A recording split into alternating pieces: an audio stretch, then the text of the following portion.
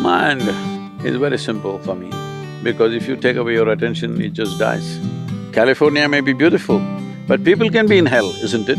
Within themselves, in their experience, in their homes, in their situations, they can create hell for themselves. Everybody must do a little bit of engineering within themselves to see that being peaceful and joyful is not a challenge. Once this happens, your intelligence will function in a completely different way.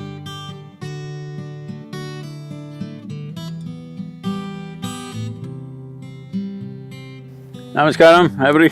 Hi, Sadhguru. Thank you for sitting down here.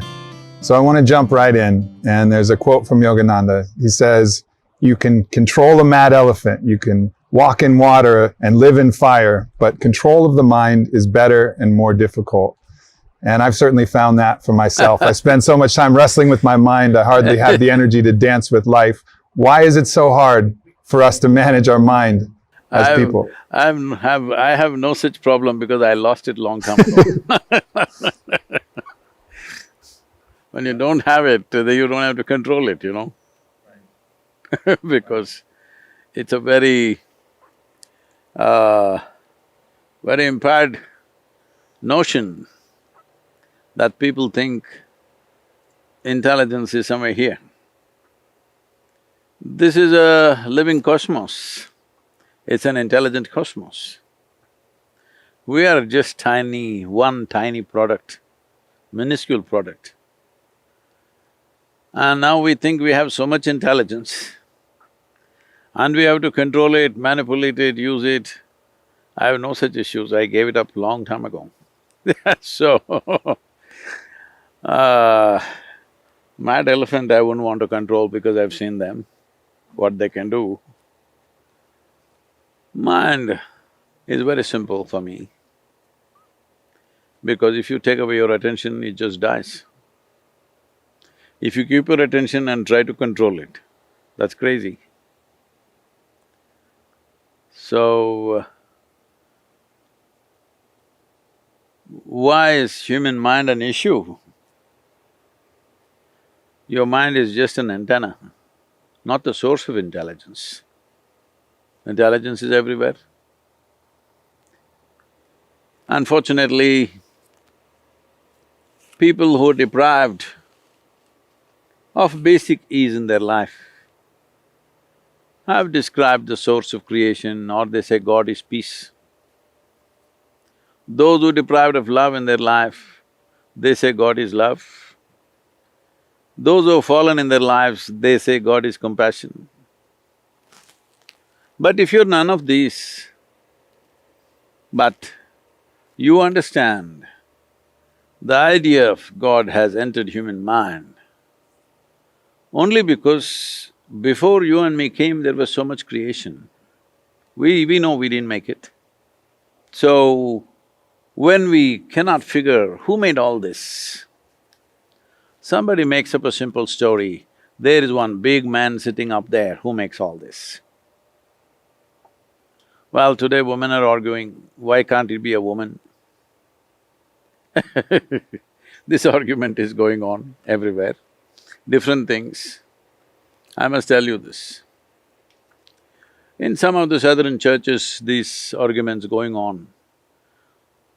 Why can't God be a woman? As you know, a couple of elections ago you tried to settle it. You know what happened? Last election, why couple? And there are arguments like this. You heard of Idi Amin, the Uganda man? Idi Amin declared God is black. I also agree with him. Because if a white man can have a white God, why can't a black man have a black God? What's the problem? But you know, white people, black people, they have not seen God, because only messengers and sons came to these parts of the world. In India, we know God is brown because Indians believe God landed in India himself, not his son, not his messenger, himself, 9 times. 9 times he came to India. So Indians, especially Indians who are living outside the country, are very proud of this. God came to our land himself 9 times. So I keep reminding them that is because God wouldn't trust anybody with Indians. He wanted to do the job hands-on. So he himself came 9 times and failed. Failure is obvious. 9 or 10 times you can debate, but failure is obvious. What I'm saying is, the idea of God or a certain source which could be in some human form or animal form or whatever has essentially come because you've not paid attention to the creation. The idea has come only because you have no explanation for the creation. But if you pay enough attention, we don't know God loves you or not, we don't know whether God is peaceful or not, we don't know whether God is compassionate or not. But if you pay attention to this flower or this leaf or a blade of grass, you can see whoever created this is brilliant. Simply no question. Everywhere you see, every atom you see, it's intelligence, intelligence, intelligence. But nobody said God is intelligence. That's the biggest mistake we've made. We said all kinds of things, whatever we need. We say God is wealth if you are poor. If you are hungry, you say God is food. If you have backache, you'll say God is health. Everybody, whatever they're deprived of, they will make it into that. Leave all these things, just take one piece of creation, take an ant and pay attention to him. You will see it's a most brilliant creation. But we never said God is intelligence. So, this is a living intelligence, everything here, this very cosmos. In this, where do I think I'm intelligent? If you find access to the intelligence there is, you can function in a phenomenal way. But within this bone box, if you think everything that needs to be there is in this, then all you will do is suffer your intelligence. Now you think a mad elephant is easier to handle than your mind, so you must be madder than the mad elephant? I don't know who said that, but for me, my body, my mind is never a problem. It always cooperates, because that's what it's supposed to do. My body and my mind should take instructions from me, only then it's a useful instrument. If it starts doing its own things, then it's a nuisance. And this is what is happening to most people, that their mind is the biggest nuisance in the world. They would be better off without a brain. Yes. If you remove half the brain, everybody is going about struggling to be peaceful. You take away half their brain, they will sit here peacefully, very peacefully. So is that the goal I'm asking? There is a possibility, that is, if you do not harness that possibility, it becomes a major problem. And you don't know how to harness it because you do not know whether it's a horse or an elephant or a cow or a deer. When you do not know the nature of something, how do you deal with it? Suppose, right now here there's a cup sitting here. In my mind, I think this cup is 3 feet in diameter. Now I will try to lift it like this. How much ever I do, this cup will not come in my hands. Now I think this cup is a serious problem, because first of all, I have no perception what the cup is. Right now, that's all the human problem is. They have no understanding of what their mind is. They're trying to analyze the content. Content is what you picked up, isn't it?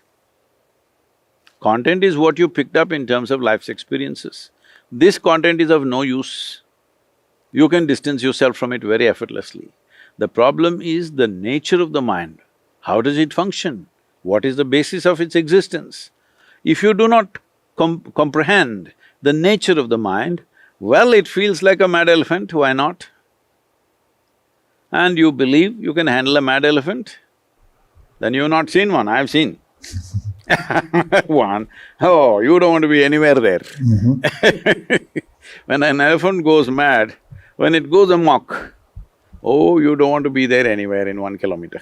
And most of us don't want to be anywhere near our own minds, because our minds do act like that. And I think one of the great lessons, I heard you talking about it yesterday, is the ability to observe the mind. As you said, if you don't understand the mind, how can you use it as the tool that it is?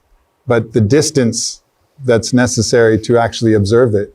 Is that what you credit, your ability to let go of the challenging aspects of the mind, the willingness to give some separation and observe your own mind? See, right now I see you are a well-exercised man, all right? You have strength in your arm. Is it a problem? No, Does it punch you once in a while? Hello? not usually. It does, but does it ever punch you, No. your right arm? It doesn't. So it's not a problem. So all this strength is not a problem because it doesn't punch you. Similarly, whatever is the nature of the mind, this is also one more dimension like your arm. Your arm is here to do this, that and that. Your mind is here to do that, that and that.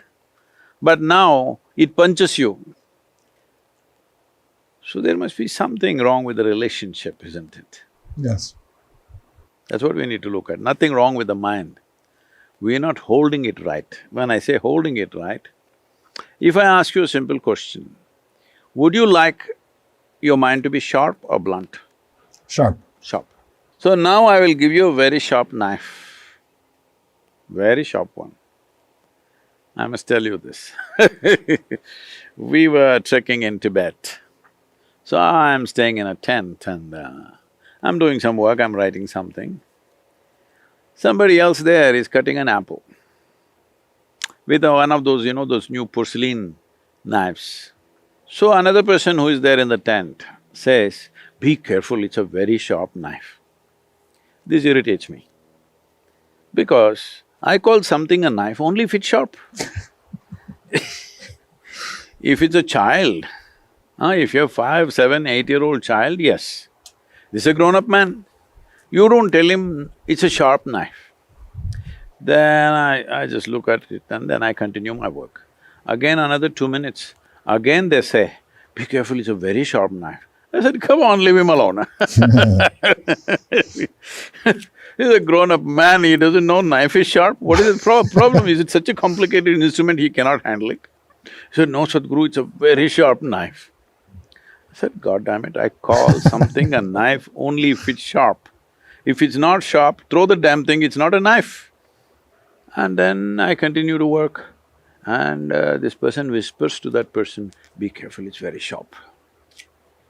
Another 2 minutes, that guy cuts his hand. I give up.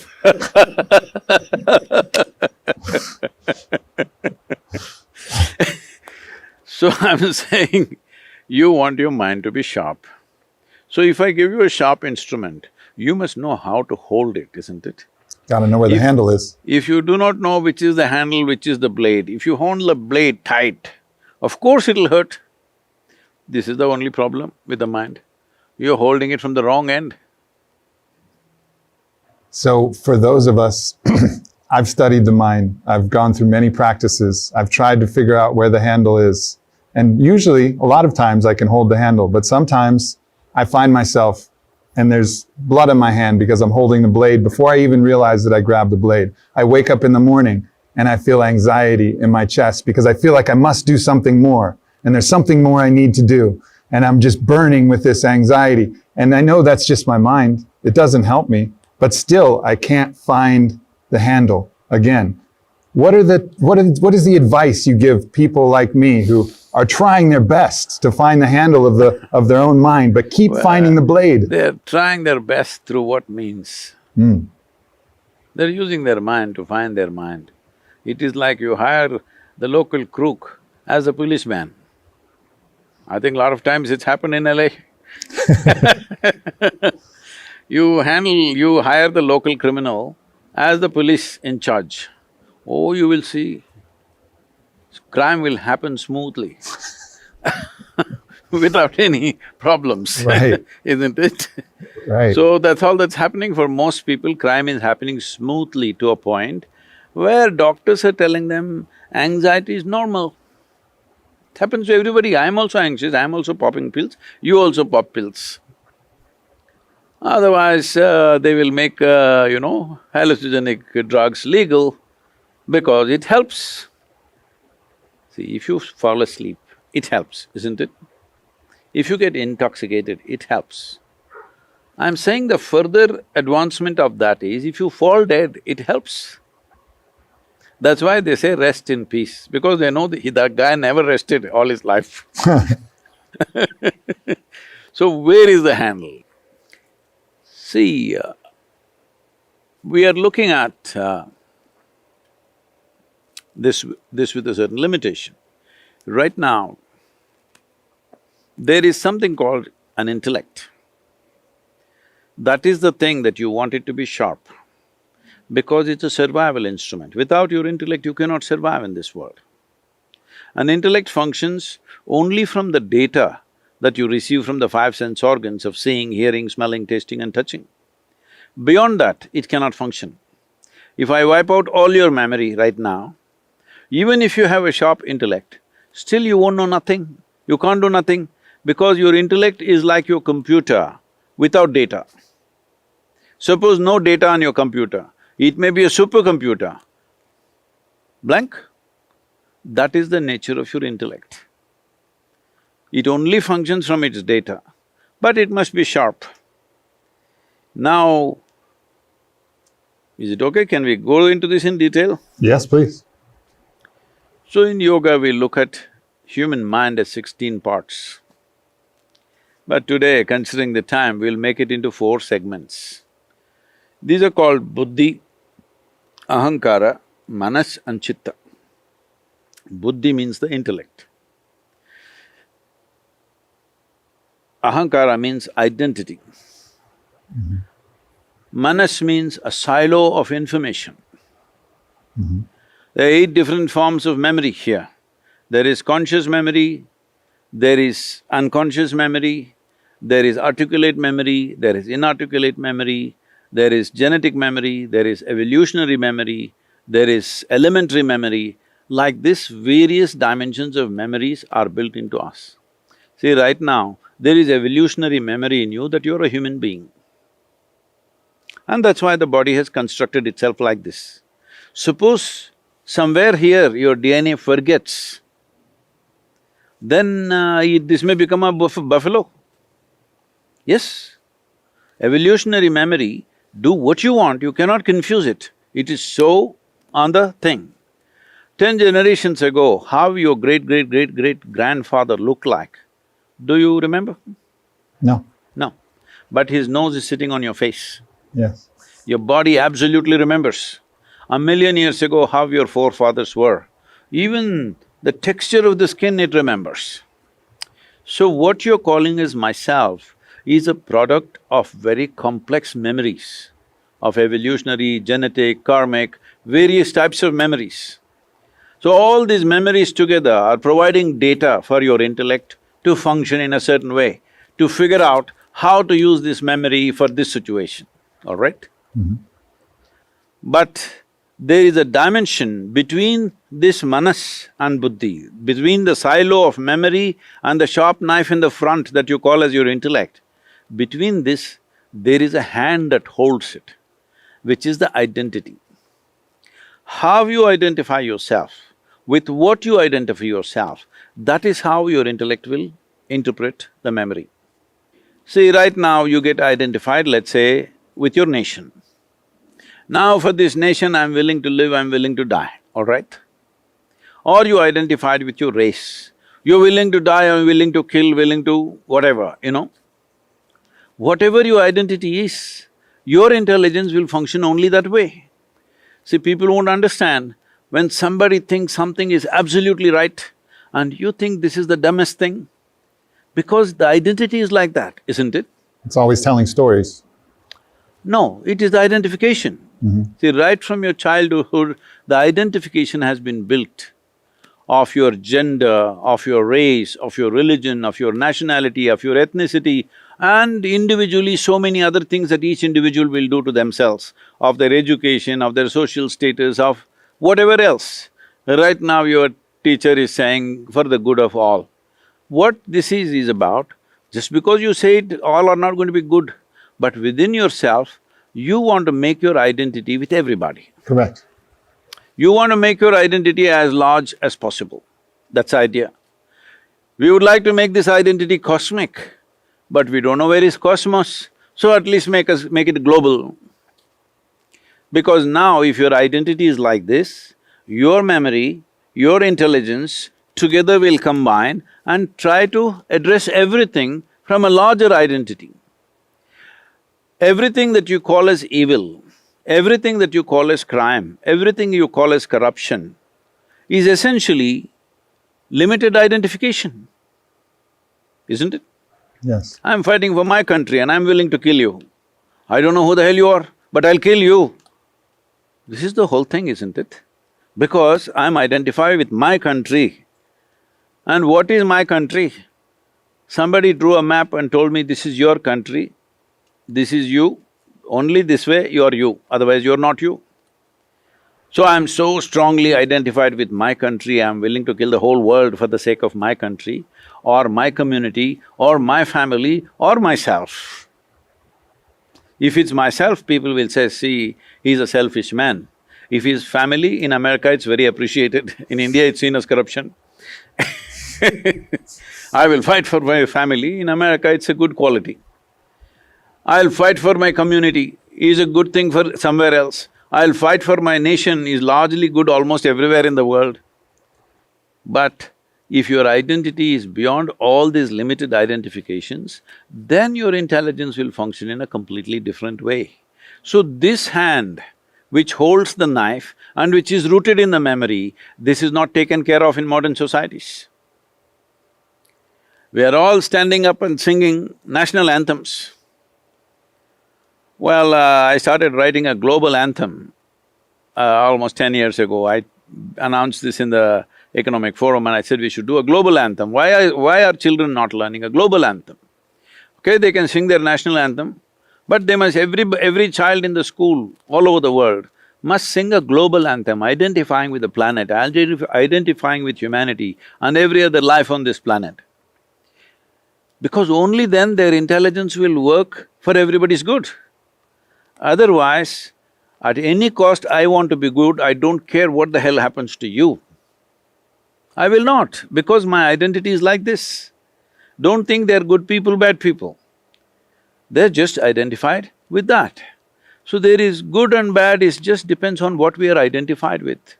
And it's a good people who are always fighting, bad people don't fight so much, they just steal, maybe cause one murder here, there, but they make their money and they sit somewhere and enjoy their life. Bad people, criminals, I'm saying.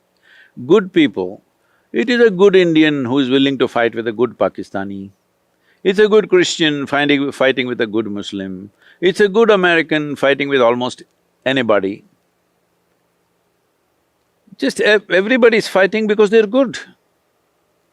But good something, identified with a limited something and you're good with that, isn't that the basis of all the conflict? My religion versus your religion, my nation versus your nation, my community versus your community, my race versus your race, endlessly it's gone on.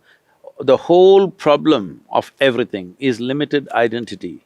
I'm telling you, extreme versions of this is Adolf Hitler, all right? Extreme versions is Adolf Hitler.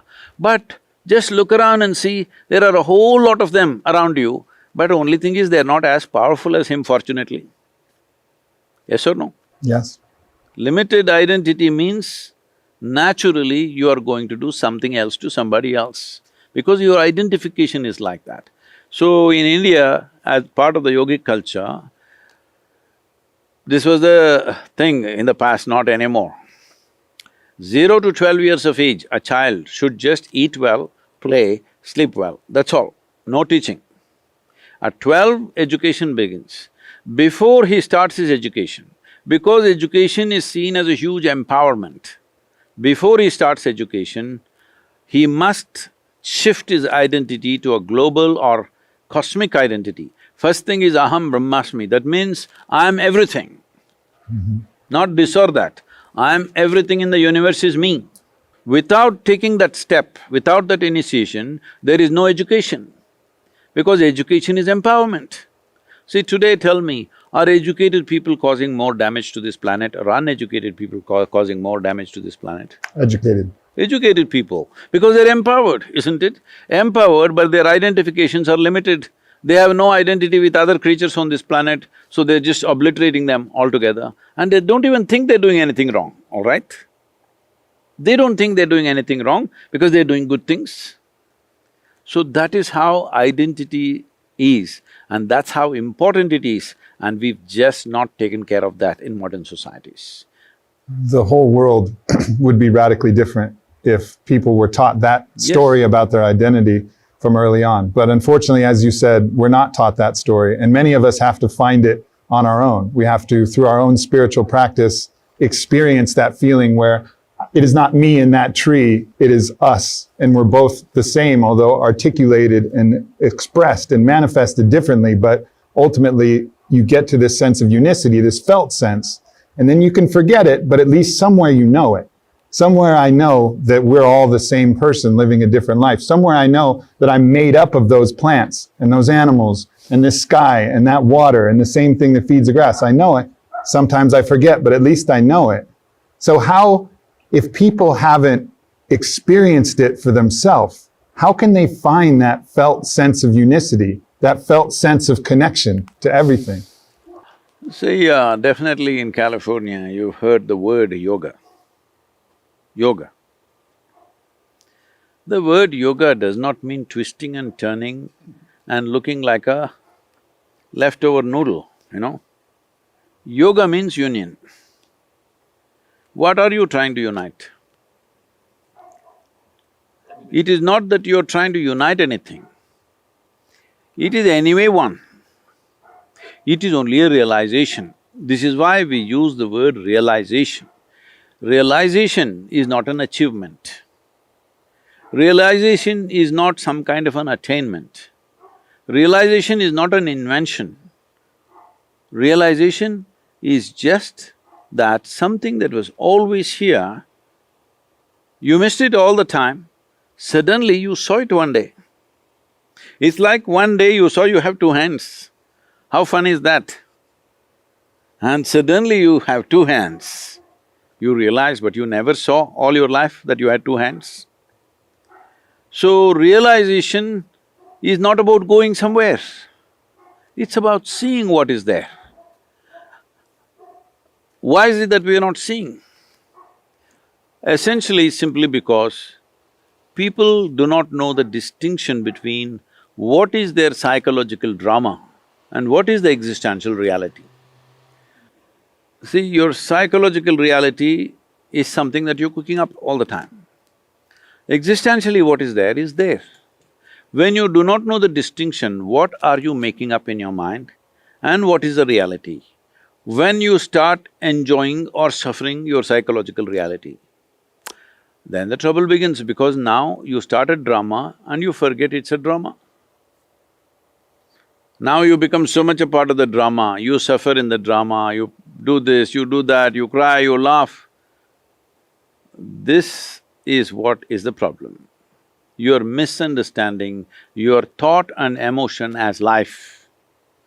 When people say, my life is good or my life is bad, what they mean is their thoughts and emotions are either right now pleasant or unpleasant, that's all they're saying. Existentially, there are situations, some time ago no virus, now virus, all right? Some time ago maybe economy was up there, now it's down here, whatever. That's not the issue. The real issue is your thoughts and emotion are playing out in a certain way. That makes it a good day or a bad day or a good life or a bad life, isn't it? Essentially, people are misunderstanding their own thoughts and emotions as life and reacting to that.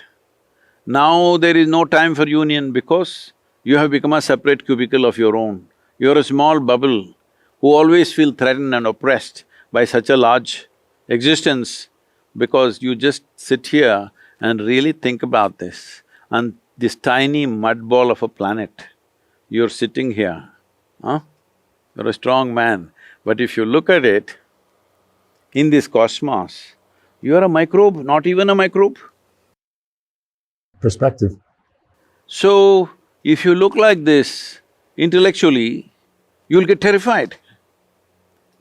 Such a small creature in such a vast existence, where is my beginning, where is my end, what will happen to me? These are the fears. When these concerns And these struggles and this misunderstanding of what is real and what is not real has happened, this confusion has happened, union or yoga cannot happen. Well, anyway, the yoga that's happening in Los Angeles scares me because see, the yogic system is a certain science. It is not an art form that you can twist it, turn it, you can make it modern art, you can make it ancient art, it's not that kind. It is a science. It needs to be done in a certain way so that… See, it's like this. We can actually do a test and see if you want. If not Sure. now on the screen, you can do it at home and see. If you just hold your hands like this, facing down upon your thigh, you will see your breath will be one way. Keep your all the fingers together. If you just turn it over, your breath will be different way. That is how subtle this machine is. This way, this way. The very way it functions, the energies function is different.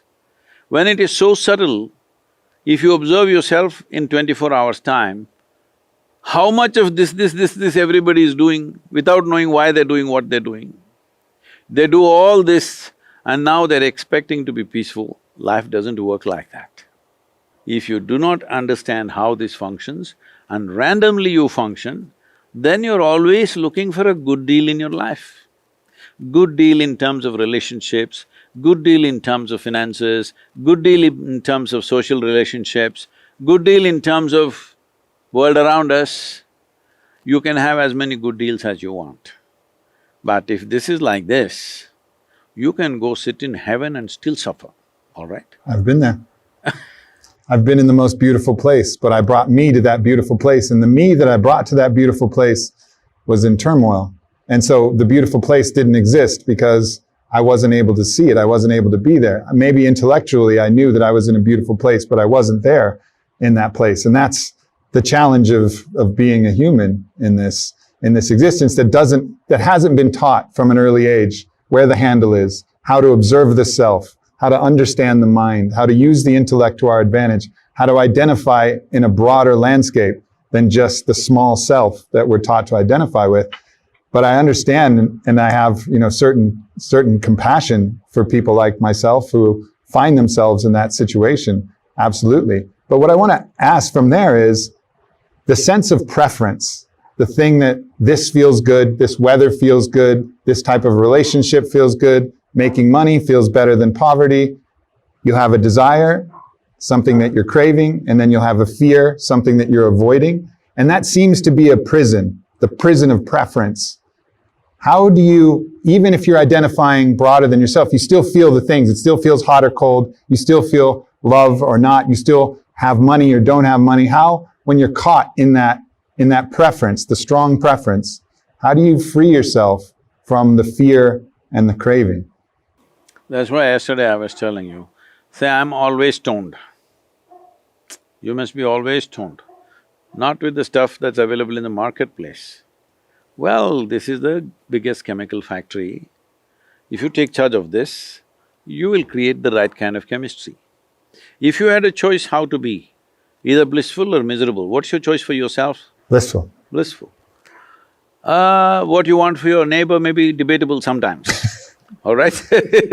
What you want for yourself is very clear. You want to be blissful. Why such a simple thing is happening, not happening? Well, I'm saying a simple thing because all human experience is generated from within. It doesn't come from outside, we know this, right? Our peacefulness, our turmoils, our joy, our misery, our agony, our ecstasy, everything is being created from inside. So the problem is, the seat of your experience, you never sat on that. You're like an outsider trying to create an experience from outside. You want to air condition the place to feel good. You're feeling good, if air conditioning there, we'll enjoy that also. Otherwise, we are anyway… This is the reason continuously we're talking about why you being joyful or blissful is very important. Because only when you're joyful by your own nature, the fear of suffering is not there. When there is no fear of suffering, about a week ago, there was a daily… I have a quote, like a mystic quote going out. A week ago, One of the quotes said, if, uh, if your body, mind and your very being is sweet and wonderful, even if you go to hell, you're fine. So big controversy around that in India about going to hell and heaven and all that stuff. Hell means the worst possible place you can be, not somewhere up there or down there. People can be in hell in California. Hello? California may be beautiful, but people can be in hell, isn't it? Within themselves, in their experience, in their homes, in their situations, they can create hell for themselves. So it doesn't matter where you are, fundamentally, if you are not in pursuit of happiness, but your life is an expression of your joy, then all this will go down by itself. Now, without fixing this, you try to do this, that, no. First and foremost thing is, you're peaceful and joyful by your own nature, not because of something. Because today something worked out, I am happy, no. I have started so many things that every day something will not work out for me. I have made sure my life never works. Something major is always going wrong somewhere, okay? Some idiot is doing something somewhere and troubling me. But that will not decide the quality of how I am. That is why you can do everything that you can do. People say around me, Sadhguru, so many big projects, suppose it fails, what to do? I said, if it fails, what to do? We'll die blissful failures.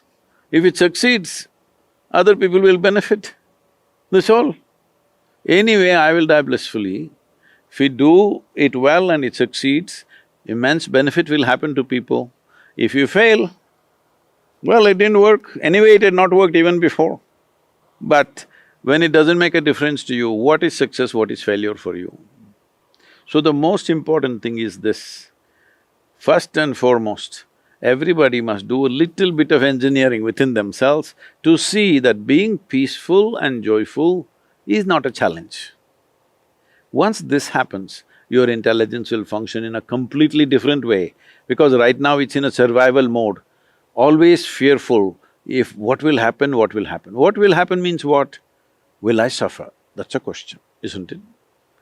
Once there's an assurance, whatever happens, this is how I will be. Other things are very simple. Yeah. When you find that, and I haven't found it, so I don't know, but I've tasted it, but when you find that sense, that ability to control your internal environment rather than letting… No, not to control, to liberate. To liberate. Yeah, good correction. How can you control this? Right, right. To generate your own emotions through your inner knowing of self, inner expression of self. We'll go back to that thing that you said, a mad elephant.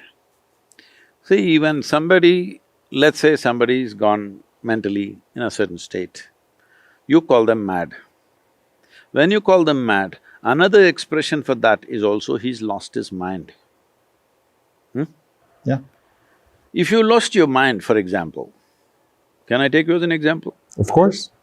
I can take myself because it's a more appropriate example. But suppose you lost your mind. How can you go mad if you don't have a mind? Right. It could be a good place. Yeah. If you consciously lost your mind, it's the best thing you can do. Yeah, surrendered it.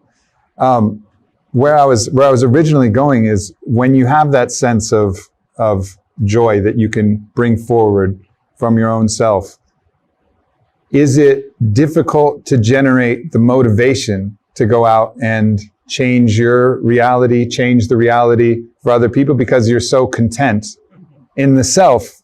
And is it then love for others that is the motivating factor? Is that ultimately what drives even you with all of your projects that help people? Because you're content either way. So you're not doing it for yourself. So what's the motivation? What is it that drives you? And what is it that drives anybody that's found that joy within themselves? See, on a given day, let's say today morning or tomorrow morning, we'll take it. Tomorrow morning, you're feeling very depressed. Suppose, You should not. I'm just saying. Suppose tomorrow morning you're feeling very depressed. Are you willing to go out and do a lot of things? I don't want to. You don't want to do anything. Tomorrow morning you woke up, you are in an unusual state of joy. You're willing to do anything, isn't it? Yes, indeed. If I ask you to bend backwards and get me that rock, you will do that. Yep. Because you're joyful, it doesn't matter, isn't it? When you're unhappy, oof, how difficult it is to make you do anything. When So you're true. joyful, you will run and do everything, isn't it? So true. So why do you ask such a question? Everybody asks this question. I think Because they are thinking joy means contentment. Contentment is containment. I have never spoken about contentment. Why should you be content? If you're conscious, where is the need to be content? What is needed, I will do. If a lot is needed, I will do a lot. If little is needed, I'll do little. Nothing is needed, I'll do nothing. I think people correlate the state of being with non-doing, but that's the false The correlation. problem is too much vocabulary. Contentment, joy, ecstasy, this, you know. Not like that. From compulsiveness to consciousness, that's all. Right now, mind is in a compulsive state. In a compulsive reaction state. If it becomes a conscious response, it's over. Just little engineering. You must do in engineering, I'm telling you. I'm into it, I'm into it.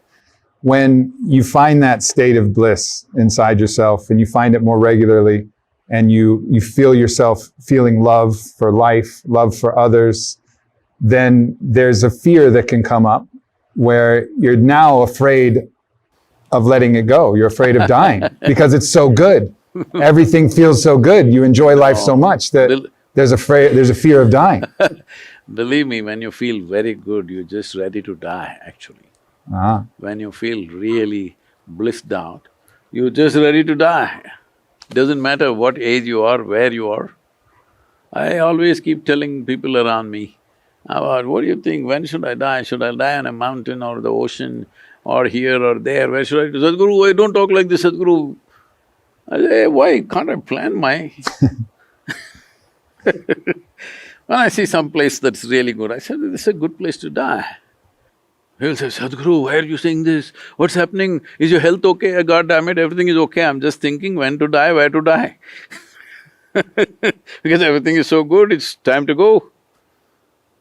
When it's bad, time to strive, isn't it? When everything is wonderful, it's like when the fruit is ripe, it'll fall. You don't have to think. You don't have to think, I'm so sweet, why should I fall down? It will fall by itself, that's how it is. Yeah, that's very true. The Lakota have a saying, today is a good day to die. And that was, to me, a great reminder of living in such a way that life is so full for you that any time is a good day. I won't go by that saying they are telling their warriors. Because if the guy looks at his wife's face, looks at his child's face before going to war, and he wants to come back after the battle, that guy is not going to be in the front line, he will be behind. So today is a good day to die, that guy will be in the front line. Don't say that to yourself. So that's a story, what you're saying is that's a story that they're telling themselves. But I think there is a beauty in feeling so full that if it is the day… If it's coming from that, it's fantastic. But it's Right. coming usually to inspire soldiers to be in the front line. Otherwise, every soldier will be in the last line. Right. And everybody goes to the last line means they will retreat. They will not go and fight. Correct. Correct. What is it, from your understanding, you've gone past the normal dimensions of consciousness. What is your understanding of death? What happens when we die? Some things you know best only by experience. Are you ready? Not yet. Not yet. Well, see, when you ask what happens after death, what you're essentially asking is, what is the nature of my existence? If I lose this body, see, you slowly acquired the body, that's a fact, isn't it? Hello? You're not born like this, slowly acquired the body. So you know what you acquired, you will lose one day. So when I lose this body, what happens to me? That's a question. That means what? What is the nature of my existence? Right now I'm here with this body, but what is the nature of my existence? It's a question. Tell me, this question is better answered now by your experience of how you are now, or when you lost your faculties in the name of death. When all your faculties are intact, this must be looked at, isn't it? Not after you have lost it. Death means certain faculties are lost. So, after you die, you know what is death, but what's the use? Because now, you don't know what is life because you're in death. Right now you're in life, you do not know the other side. So this is like one side of the coin you know, another side of the coin you do not know. If the coin is lying on this table, you can see only one side. But if you flip it, it will give you, in that spin, it'll give you a little bit of both. And that we can do for you, we can spin you a little bit so that you have a taste of both going with you. Life and death in one breath. It's like that. Actually, in the month of February, we published a book called Death, titled as Death, the Inside Story. And the bottom line was, a book for only those who shall die. You in the list? I am. But the problem is, most people think they're immortal, that's their problem. That is the worst problem in the world. People are going about as if they're here forever. What is the meaning of unlimited wealth? For a person with limited time, I'm asking. Well, they get to think of themselves as better than other people. Suppose all the other people disappear, what do you do? So the only joy is that others are doing worse than you. Yes, I think that is a perversion, that's not a joy. true. See, right now, I had a good meal. You've been hungry for 5 days and I feel really good. Compared to this guy, I'm really nice. This is sickness, this is not happiness, Agreed. isn't it? Yeah. So, that kind of things have been trained right from very early age, that you enjoy what other people do not have. For this you will pay a very, very big price. You will pay a big price. Most people who are in that condition, they do not know one moment of joy in their life, one moment of ease in their life, not even joy. They're only thinking hee, hoo, they laugh looking at other things. When they see that they have succeeded, they have accumulated something, they will laugh. Some pleasure is there, no joy. They don't know what is joy. They have some pleasures, they can buy pleasures. You can't buy joy, you can buy pleasures. Pleasure is only a shadow of joy. So, instead of meeting me, you met my shadow. What is the use, I'm asking? Instead of seeing the tree, you see the shadow. Yes, a tree's shade is good, but a shadow is not the real thing. When you're here, you should know life because that's the only thing we have. The only thing you have is life. Everything else is your imagination. Right now, how much is your bank balance? How many homes do you have, or how big is your home? How big is your car? This is all only in your memory. The only thing that's there when you sit on this chair is you're alive. That's the only real thing, isn't it?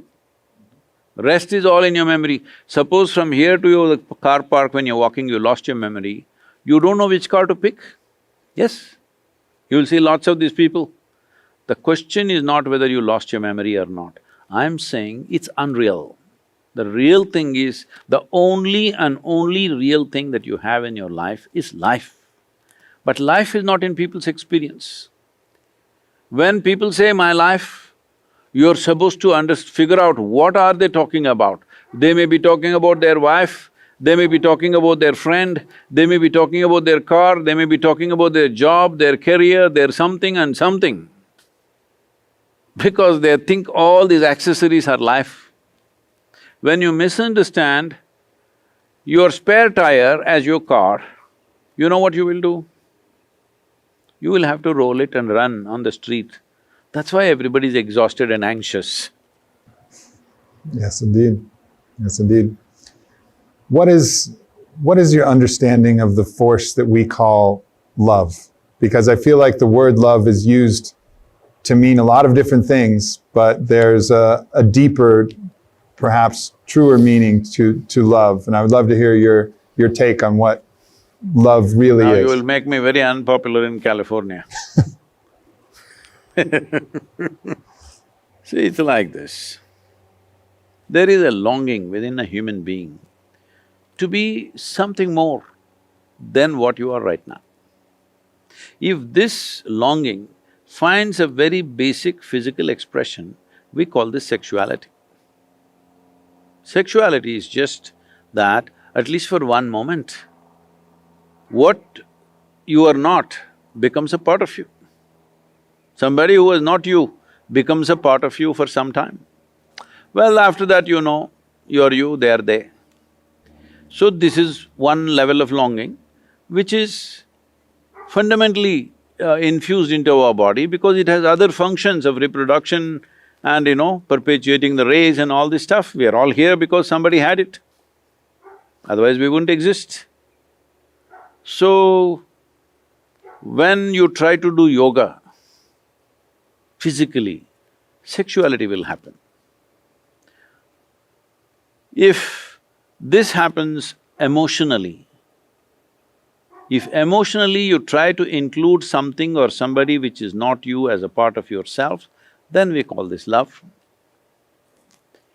If this happens mentally, we call this conquest, success, ambition, or simply shopping. Why are people shopping? Do you think they need it? No, they want to make themselves little more than who they are. Even if you give them empty shopping bags, they will carry it because they want to feel like something more has come to their life today. Otherwise they'll feel lost. Food, same thing.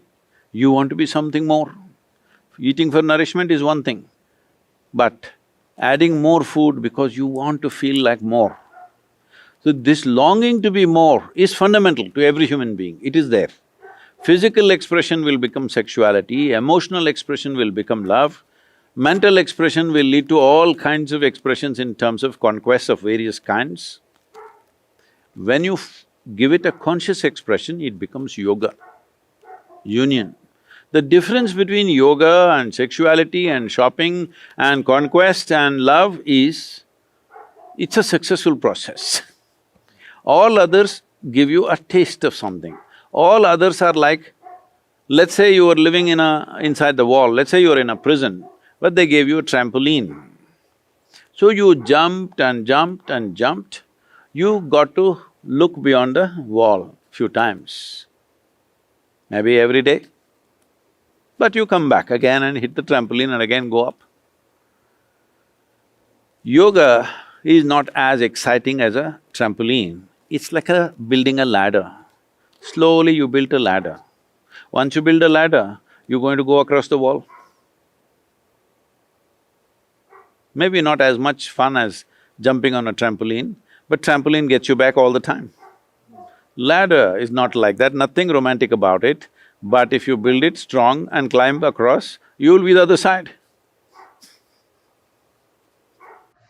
When you talk about the union that you're looking to build, is the union, the yoga, is it union with your universal self? Is it union with God? Is it union with everything? What is the union that is the purpose? So you use three words, for all of which there is too many assumptions. Your universal nature, your God, and your what? Universal self, your divine nature, everything. Everything. Okay, everything is another word. Divine nature, universal self, God, everything. Do you know the meaning of any one of these words, or does anybody know the meaning of any one of these words? Does anybody know the meaning of what is everything? We just try. No. Is it possible? No. Then why? Why are you using such an absurd word that nobody knows what it is, we just made it up? Everything, where is everything? Nobody knows what is everything, isn't it? Nobody knows what is the universe and the self.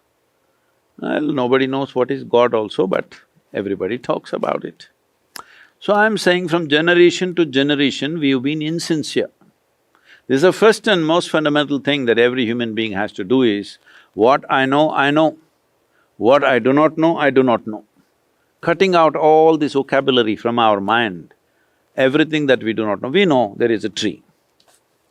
Is tree God's creation or not? You don't know. You know it comes from the earth. Did you make the earth? No. Who made the earth? She made it, he made it, you made it? No. Who made it? No. You don't know. If you come to this one thing that I do not know, genuinely, experientially, not intellectually, if you realize I do not know, realization is just one moment. I do not know is the most tremendous thing in your life, because when you see I do not know, the longing to know, the seeking to know and the possibility of knowing becomes real. Otherwise, I know is a wall that you cannot cross. So the entire yogic system always identifies not with our knowledge, but with our ignorance. Because our knowledge we understand, how much ever we know, it is a tiny minuscule. It is a microscopic nonsense in this existence, what we know. But what I do not know is a boundless possibility. So when I become identified with what I do not know, I become a boundless possibility. If I get identified with what little I carry in my head, then I become that small. And from that small, I'm trying to enlarge myself like an amoeba. All the best. Yeah, that's why it's sometimes referred to as the mystery. And then maybe that's a better word for the divine, the mystery. All right, you can use words, but I would say, if you obliterate all the words, it's best, because words give you a sense of that you know it. It's important within yourself. Well, when I talk to somebody, I may call this a tree. But if I simply sit here in the garden, I won't call it a tree. I will simply give my attention and my consciousness to it, so I experience it the way it is. The tree does not think it's a tree. It's a life like you. It does its own things. There is no experience of that. See, this happened to me, I must tell you this. I was studying English language in college. My English teacher came, a lady. Till then we were learning all English poems, English poets and literature. First time we are being introduced to an American poet, and that is I'm sorry, Robert Frost, here somewhere close by. So she introduced Robert Frost as a very wonderful poet, this, and then she started reading the poem. Woods are lovely, deep and dark. I said, stop. She said, why? I said, a man who calls a tree a wood, I'm not going to listen to that guy. She said, no, Robert Frost is a fantastic poet, this. I said, I don't care who he is, but a man who calls a tree a wood, I am not going to listen to that guy. I didn't let her teach.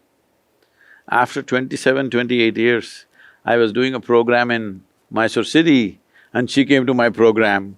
Then she came and hugged me and said, now I understand why you would not let me teach Robert Frost. But it's become common for people to call a tree a wood.